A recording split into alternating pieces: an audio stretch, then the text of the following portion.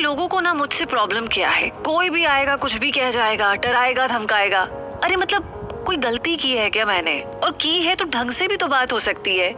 ऐसा बहुत सारे टीनेजर्स को लगता है कि अक्सर उन्हें बहुत सारी एडवाइस दी जाती है और काफी लोग उन्हें डराते हैं, धमकाते हैं, धमकियां देते हैं, और आप समझ नहीं पा रहे कि ऐसा क्यों है आपके साथ।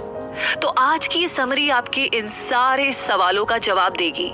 इस समरी में आप एक टिपिकल टीनेजर के दिमाग में क्या चलता है इसके बारे में और भी ज्यादा जानेंगे।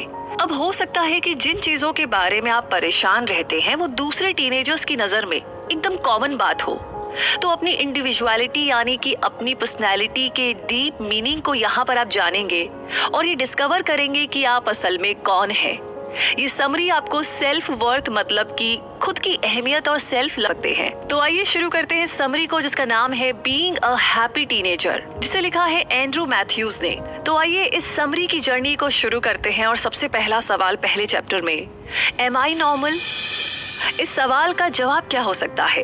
क्या ऐसा कुछ है जो आप खुद के अंदर बदलना चाहते हैं? अपने बाल, अपना वजन, आंखों का रंग या फिर अपना शरीर नापसंद करना टीनेजर्स में एक बहुत ही कॉमन बात होती है।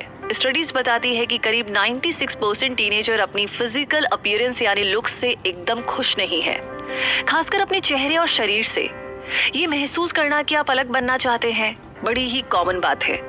इस फीलिंग की हेल्प से आप अपनी जिंदगी में ग्रोथ और बदलाव ला पाएंगे।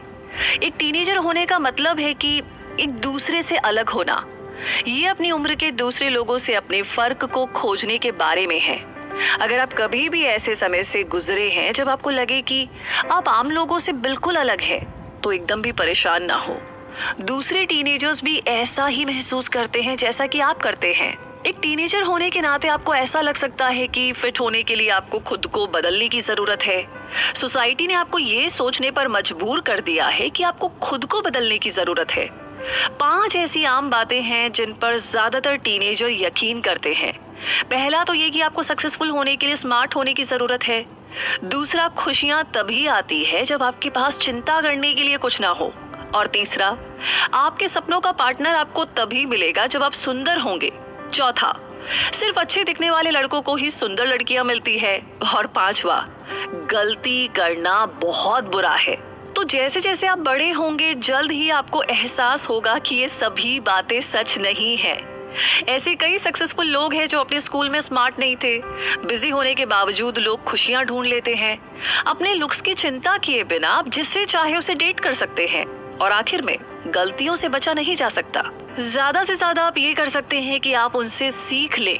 अगर आप एक अलग जिंदगी जीना चाहते हैं तो सबसे जरूरी काम जो आपको करना होगा वो है बदलना, चेंजेस। अगर आप हमेशा एक ही चीज करते रहेंगे तो आपको रिजल्ट भी एक ही मिलेंगे। आपको आपका माइंडसेट और जिंदगी की ओर अपना एटीट्यूड दोनों ही बदलना होगा।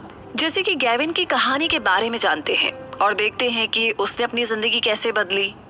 गेविन हाई स्कूल में 3rd ईयर का स्टूडेंट है। उसके माँ बाप का तलाक हो चुका है और वो ऐसे दौर से गुजर चुका है जहाँ उसने किसी की भी बात सुनने से मना कर दिया था।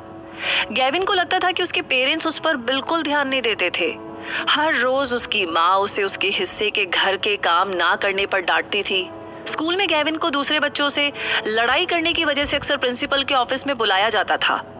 एक दिन उसकी माँ उसके रवैये से थक गई और डिसीजन लिया कि वे उसके साथ सीरियसली बात करेंगी। उन्होंने उसे बताया कि उसे अकेला पालने और तलाक से गुजरने की वजह से उनकी जिंदगी पहले से ही बहुत मुश्किल में है। उन्होंने गेविन को बताया कि वो उसका गुस्सा समझती है, लेकिन उसे स्ट्रॉन्ग बनने की भी जरूरत है। आखिरकार एक दूसरे के लिए वही दोनों है। अगर गेविन ने अपना बर्ताव नहीं बदला, अपना बिहेवियर नहीं चेंज किया, तो उन दोनों के लिए मुश्किलें और भी ज्यादा बढ़ सकती है।